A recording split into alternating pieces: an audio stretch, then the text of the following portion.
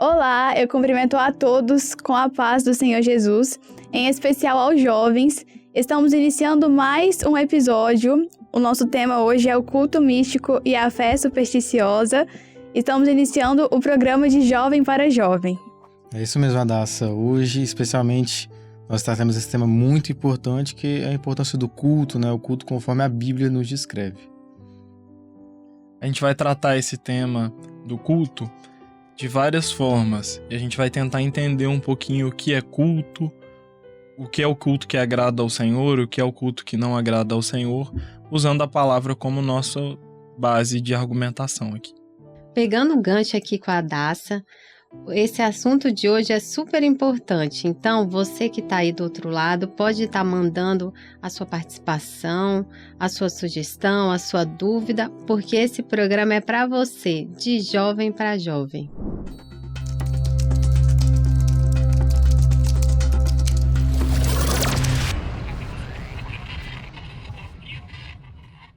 Bom, hoje o nosso tema é o culto místico e a fé supersticiosa. Então, nós vamos embasar a nossa conversa aqui com base no texto de Romanos 12:1. Aí você pode estar nos acompanhando também na leitura. Rogo-vos, pois, irmãos, pela compaixão de Deus, que apresenteis o vosso corpo em sacrifício vivo, santo e agradável a Deus, que é o vosso culto racional. Bom, aqui o que a gente entende como racional é aquilo que é consciente, que é voluntário, e é com discernimento, né? Porque desde o início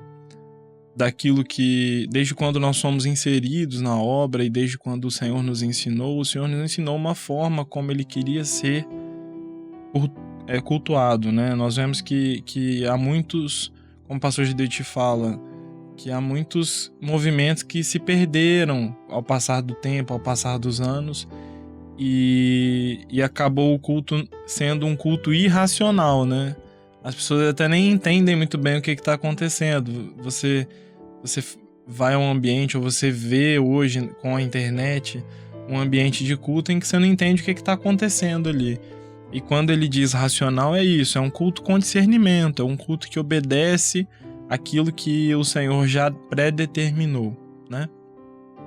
É até interessante porque as experiências, vividas pelos servos no passado são modelos de culto que hoje nós vivemos na obra do Espírito. Porém, a gente vê um evangelho aí fora em que muitas vezes o homem ele tenta substituir os principais elementos do culto pelo misticismo e pela superstição. O culto ele foi estabelecido por Deus ainda no Velho Testamento, ali no livro de Êxodo, né? E logo depois, no livro de Levítico, ele foi organizado. E a gente vê que ali, ao entrar no tabernáculo, passar pela porta, o primeiro contato do sacerdote era com o altar do sacrifício e logo depois com a bacia de água. E estes representam o sangue para a remissão dos pecados e a palavra. E sem o sangue, que é a operação do Espírito Santo, e sem a doutrina, que é a palavra, não é possível chegar à última parte do tabernáculo, que é onde se manifestava a glória de Deus.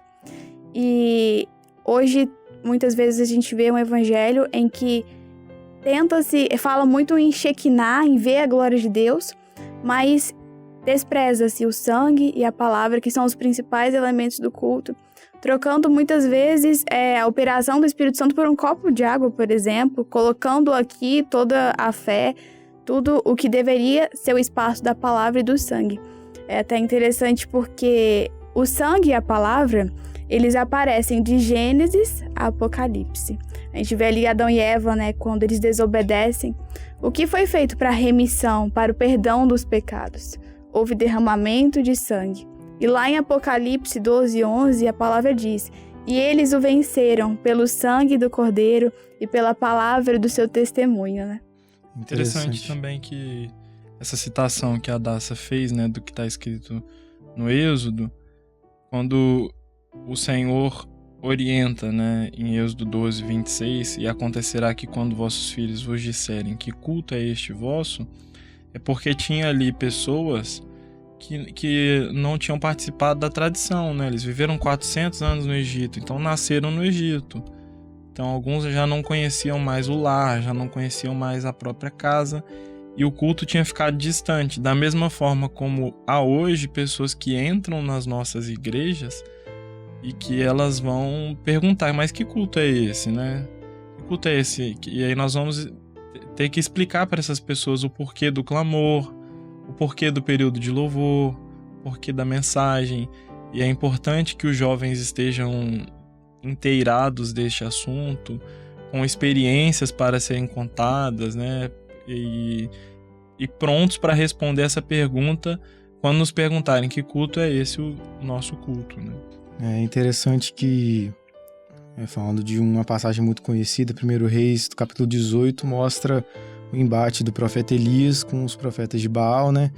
E profeticamente aponta para a diferença entre o culto com a operação viva do Espírito Santo e o culto sem ela. Os profetas de Baal não tiveram êxito ali no seu culto a Baal e não desceu fogo do céu, mas o que Elias faz aponta profeticamente para o culto que agrada a Deus, né? Ele começa arrumando o altar, organizando aquilo que foi desorganizado, aquilo que foi tirado da luz da palavra, assim como está escrito no livro de Levítico, porque o culto ele tem uma ordem a ser seguida. Depois ele pega 12 pedras que simbolizavam as tribos de Israel e apontava também praticamente aos 12 apóstolos que dissipariam a palavra de Deus, né, por toda a humanidade.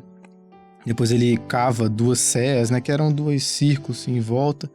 O número 2 representa a comunhão com o Espírito Santo e a água em 4 cântaros, porque, como a Daça falou, a palavra que é a água, ela sempre tem uma experiência com o Evangelho, né? O número 4, ali profetizando o Evangelho, e foram derramados 3 vezes, porque um culto, ele só agrada a Deus se ele tiver a presença da Trindade, né? O número 3 ali. Glória a Deus. E Exatamente. tem que ter, e mais importante de tudo, o novilho sacrificado ali naquele altar, que é o sangue derramado por Jesus Cristo aqui naquela cruz. E qual é o resultado de um culto com todos esses elementos? Cai fogo do céu. O Espírito Santo, ele desce, ele opera, e logo depois, nos versículos adiante, todos caíram ali de joelhos e olharam para o céu e reconheceram que verdadeiramente aquele era o Deus verdadeiro. Então, o culto tem que ter a operação viva da Trindade, do Espírito Santo, o sacrifício de Jesus e todos os elementos que ali Elias profeticamente fez, né? Se a gente pegar um panorama histórico, né, na década de 60 e na década de 70, quando surgiu o neopentecostalismo e as novas práticas de culto, se tornou comum algumas coisas que foram diferentes, né, no âmbito das igrejas tradicionais até então, né? Porque já existia uma liturgia pré-estabelecida, e aí surge o poder. Na verdade, trazem de volta, né? Porque isso já aconteceu com o povo do Senhor ao longo da história. Se você, na própria palavra, né? O bezerro de ouro, quando Moisés sobe ao Monte Sinai e o povo faz o bezerro. Aqui agora surge a rosa, né? A toalhinha, e, enfim, diversas coisas que são declarações de poder focadas na vontade do homem e não naquilo que o Senhor aceita como culto. Até antes conversávamos aqui que se pegarmos um culto com 100 pessoas, será que realmente essas 100 pessoas estão prestando um culto a Deus? Né? Ou elas só estão presentes naquela reunião, naquele ajuntamento? E aí, porque o culto é uma coisa muito individual, né? Se usarmos o texto base, que o apóstolo Paulo fala, apresenteis o vosso corpo em sacrifício vivo, o culto ele é individual, cada um prestando a sua adoração ao Senhor, aquilo que fez durante o dia, as orações, até mesmo o louvor. E hoje nós vemos que há muitas expressões vazias de conteúdo doutrinário, muitas demonstrações teatrais em locais que se reúnem, em pessoas que se chamam de igreja, mas acaba perdendo o sentido do culto, porque não é voltado à adoração, não é voltado ao Senhor, não é aquilo que o Senhor determinou pela palavra, né? É interessante que na passagem da mulher samaritana, Jesus, durante a conversa, ela pergunta, mas onde eu devo ir porque os antepassados dela iam naquele monte, mas dizem que Jerusalém é o lugar que se deve adorar. E Jesus responde que estaria chegando o tempo de que o Pai estaria buscando os que adoram em espírito e em verdade, porque no versículo 24 de João 4 diz, né, Deus é um espírito, e importa que os que adoram devem adorá-lo em espírito e em verdade. A fé daquela mulher estava posta num monte, num lugar, num templo específico, mas a fé e a adoração, o culto, ele é em espírito e em verdade. E aqui a Trindade manifesta no versículo, né, Deus Pai, Espírito, Espírito Santo, e em verdade Jesus Cristo, né? Então, o culto ele tem que ter a presença da Trindade. Amém. E ela é feita em espírito. É até interessante porque dentro disso que Guilherme comentou, como o próprio Senhor Jesus diz na palavra, não existe um local específico para adoração, mas existe um ambiente, né? Eu até me recordei daquela palavra em 1 Reis 19. O Senhor, ele diz a Elias, sai para fora porque eu vou passar. E aí veio um vento que fendia os montes, quebrava as penhas, e depois veio o fogo, depois veio o terremoto, mas o Senhor não estava naquela agitação, o Senhor não estava naquele barulho. Mas a palavra diz que quando veio uma voz mansa e delicada, aí o Senhor operou. Isso nos mostra o ambiente onde o Senhor opera, né? A grandiosidade e ao mesmo tempo a simplicidade de Deus em falar ao homem de forma tão calma, tão suave, tão tranquila, e não na desordem, na desorganização, mas sim no momento de reverência, enquanto nós estamos atentos, né, a ouvir a voz do Espírito Santo, em silêncio. Muito interessante que a Daça falou. Nossa vida, ela precisa ser um culto ao Senhor. Então, em todos os lugares, né, seja no trabalho, seja na faculdade, na escola, nós precisamos estar em comunhão com o Senhor, porque a gente não sabe nem o dia nem a hora que acontecerá o arrebatamento. Então, a gente precisa estar sempre buscando ao Senhor e ofertando a nossa vida, né, ao Senhor. Interessante que, como a Daça falou do culto levítico, né, que acontecia num lugar físico, que era o tabernáculo, era o templo, né? O apóstolo Paulo, em 1 Coríntios, capítulo 6, versos 19 e 20, fala assim: ou não sabeis que o vosso corpo é o templo do Espírito Santo. Então, agora, não mais um templo físico, mas nós somos esse instrumento de adoração, né? Que está em vós, proveniente de Deus, e que não sois de vós mesmos, porque fostes comprados por um preço. Portanto, o que a Camila falou, glorificai a Deus no vosso corpo e no vosso espírito, os quais são de Deus. Então, ao longo da nossa vida, não só durante o culto, mas a nossa vida tem que ser um culto ao Senhor, né? Tudo que façais, Colossenses 3,17, tudo que façais para a honra e glória do Senhor, né? Então, nós devemos viver a nossa vida um culto ao Senhor. A palavra fala assim, né? Vós sois a carta de Cristo. Porque muitas pessoas nunca terão a oportunidade de colocar os pés dentro de uma igreja. Mas às vezes ela vai ter a oportunidade de conhecer como igreja do Senhor, né? E aí, te conhecendo, nessa oportunidade, ela vai ter a oportunidade de te ler.